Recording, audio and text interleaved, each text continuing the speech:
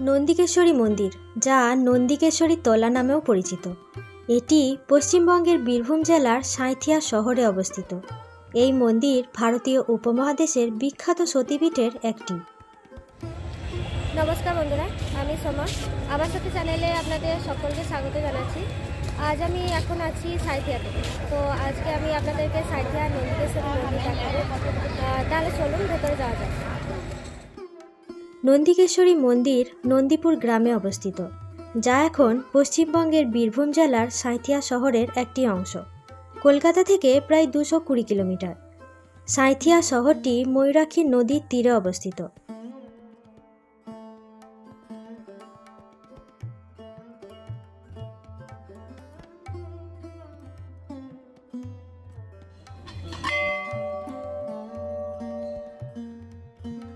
নন্দিকেশ্বরী মন্দিরের ইতিহাস তার পিতার দক্ষযজ্ঞের শোভায় সতীর আত্মত্যাগের ঘটনার সাথে যুক্ত।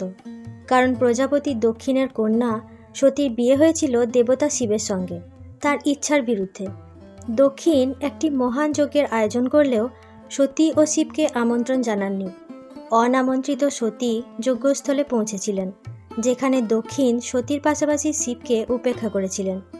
দক্ষ সতী ও তার স্বামী শিবকে অপমান করেছিলেন। সতী দেবী তার স্বামীর প্রতি পিতার এই অপমান সহ্য করতে না পেরে যজ্ঞস্থলে আত্মাহুতি দেন। শোকাহত মহাদেব রাগান্বিত হয়ে দক্ষর যজ্ঞ ভণ্ডুল করেন এবং সতী দেবীর মৃতদেহ কাঁধে নিয়ে বিশ্বব্যাপী প্রলয় নৃত্য শুরু করেন। অন্যান্য দেবতা অনুরোধ করে এই নৃত্য থামান এবং বিষ্ণুদেব তার সুদর্শন চক্র দ্বারা সতী দেবীর মৃতদেহ 51টি অংশে ছেদন করেন। এতে সতীমাতার দেহখণ্ডসমূহ ভারতীয় উপমহাদেশের বিভিন্ন জায়গায় পড়ে এবং পবিত্র পীঠস্থান হিসেবে পরিচিতি পায়। সেই 51টি অংশের মধ্যে যেখান থেকে সতীর নেকলেস পড়েছিল এই স্থানে। এখানে সতীকে বলা হয় নন্দিনী এবং ভগবান শিবকে বলা হয় নন্দিকেশ্বর।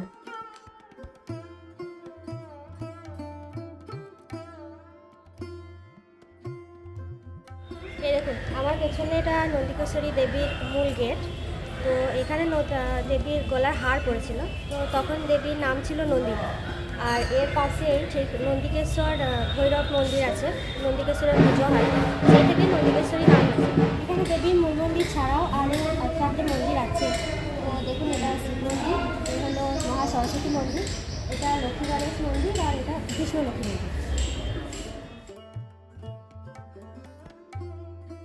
নন্দিকেশ্বরী বর্তমান মন্দির 1913 সালে নির্মিত হয়েছিল, বাংলায় 1320 সন বাংলা ক্যালেন্ডার অনুসারে।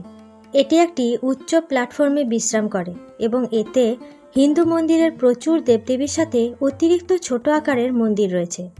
দশ মহাবিদ্যার মূর্তিগুলি মূল মন্দিরের দিকের দেওয়ালে ভাস্কর্য করা হয়েছে। দেবীর নামটি নন্দী, ভগবান শিবের পোষা এবং ভক্ত, এবং ঈশ্বরী থেকে উদ্ভূত হয়েছে, যার অর্থ যাকে নন্দী আধ্যাত্মিক ষাঁড় দ্বারা পূজা করা হয়। অবস্থানের প্রধান মন্দির হল মা নন্দিকেশ্বরী মন্দির। দেবী একটি কচ্ছপের পিঠের আকারে সিঁদুর দিয়ে ডুবানো একটি বিশাল মাউন্ট করা পাথরে বিদ্যমান বলে বিশ্বাস করা হয়। তিনি একটি রৌপ্য মুকুট এবং 3 সোনার চোখ দিয়ে সজ্জিত। মন্দিরের প্রধান মূর্তিটি একটি কালো পাথর, যা এখন প্রায় লাল, কারণ ভক্তরা সিঁদুর ব্যবহার করে দেবী পাথরকে মা হিসাবে প্রার্থনা করে। এখানে প্রচুর মায়ের কণ্ঠের হার, গলার বোন। মায়ের নাম দেবী নন্দিনী, নন্দিকেশ্বর ভৈরব।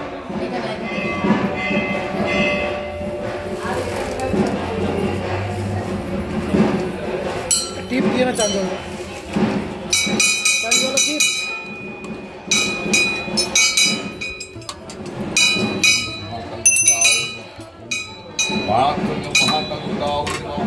ওম সিংহস্তা সতী সে করামর কত কাজ বুঝই সংকং চক্রম ধনুষার আংশ দদী বিষয়িতা আমস্তন দহার কম্পন দহার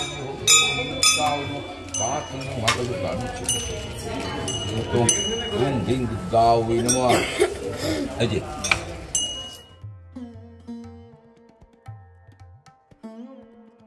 রাম সীতা মন্দির, শিব মন্দির, মহা সরস্বতী মন্দির, মহা লক্ষ্মী গণেশ মন্দির, লক্ষ্মী নারায়ণ মন্দির, রাধা গোবিন্দ মন্দির, ভৈরব নন্দিকেশ্বরী মন্দির, হনুমান মন্দির সহ উল্লেখযোগ্য বিভিন্ন মন্দির রয়েছে। একটি বিশাল পবিত্র গাছ রয়েছে, যেখানে ভক্তেরা তাদের ইচ্ছা পূরণের জন্য লাল এবং হলুদ সুতো বাঁধেন। দেখুন, এটা হলো মন্দিরের ভেতরের বটগাছ। দেখে বোঝা যাচ্ছে যে অনেক পুরনো, কিন্তু কতটা পুরনো বলতে পারবো না। তো এই বটগাছের ঝুড়ি এতটাই ভারী, নিজের পক্ষে রাখা সম্ভব। সেই জন্যই মন্দির কর্তৃপক্ষ এখানে একেবারে পিলার করে দিয়েছে, যাতে ঝুড়ি ভালোভাবে থাকে, গাছেরও কোনো ক্ষতি না হয়। আর এখানে প্রচুর ঢিলও বাঁধা রয়েছে, নিশ্চয়ই দেখতেই পাচ্ছেন। তো মানুষের বিশ্বাস যে মায়ের কাছে নিজের মনস্কামনা জানিয়ে ঢিল বাঁধলে সে মনস্কামনা পূরণ হয়, তো সেই জন্যই ঢিল বেঁধে দিয়ে দিয়েছে। বৈশাখী পূর্ণিমা বাংলা নববর্ষে প্রথম দিন হিসাবে পালিত হয়। প্রতি মাসের অমাবস্যায় কালী পুজো করা হয়, কিন্তু কার্তিক মাসে এটি মূল্যবান।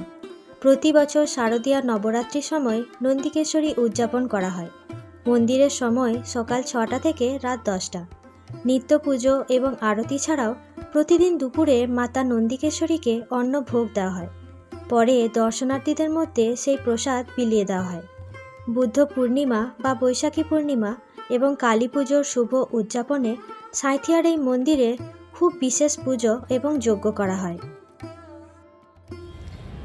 আমি যেখানে দাঁড়িয়ে আছি এটা হলো নন্দিকেশ্বরী তলার ভেতরের একটা লজ।